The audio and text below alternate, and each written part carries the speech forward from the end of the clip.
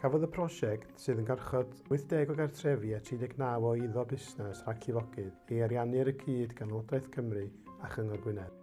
Yn ganolog i'r cynllun mae Afon Cadnant. 8 canrif yn ôl, yr afon fach hon oedd calon diwydiannol bwrdeistrefol brenhinol Edward y Cyntaf.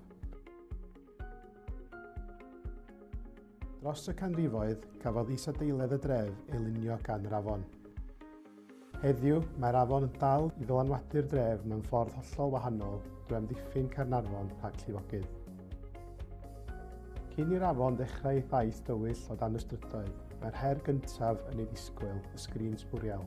Mae'r sgrin hon yn rhwystro sbwriel rhag blocio afon sy'n llifo dan strydoedd Gaernarfon i ddoc Victoria lle mae'n cwrdd ar afon Mae'n. Adeiladwyd y sgrin gan gwmni GT Davies a dilynwyd gan YGC, rhan o Gyngor Gwynedd. Mae'n llawer llai tebygol o blocio a chosi llifogydd.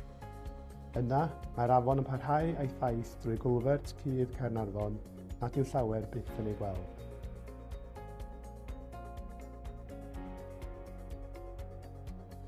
Dyma glipiau tu fewn i'r cwlfert sydd erioed wedi cael ei cyhoeddi tan rwan.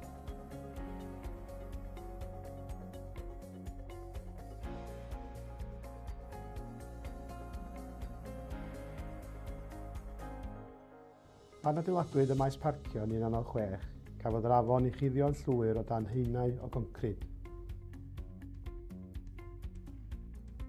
Yn y gorffennol, roedd melin ddŵr yn treullu ger y bont brith, ddim ymhell o'r fynedfa i'r maes.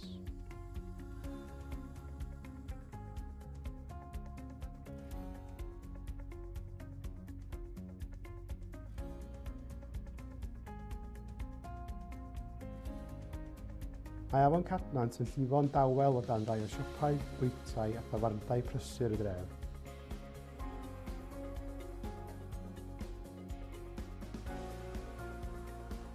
Yn 1868, cafodd Afon Cadnant ei sianelu i ffos yn Noc Victoria gan ymddiriedolaeth Harbwr Gaernarfon. Yma mae taith yr afon yn dod i ben, mae'r afon yn cwrdd â'i gyrchfan derfynol, yr Afon Mae'n.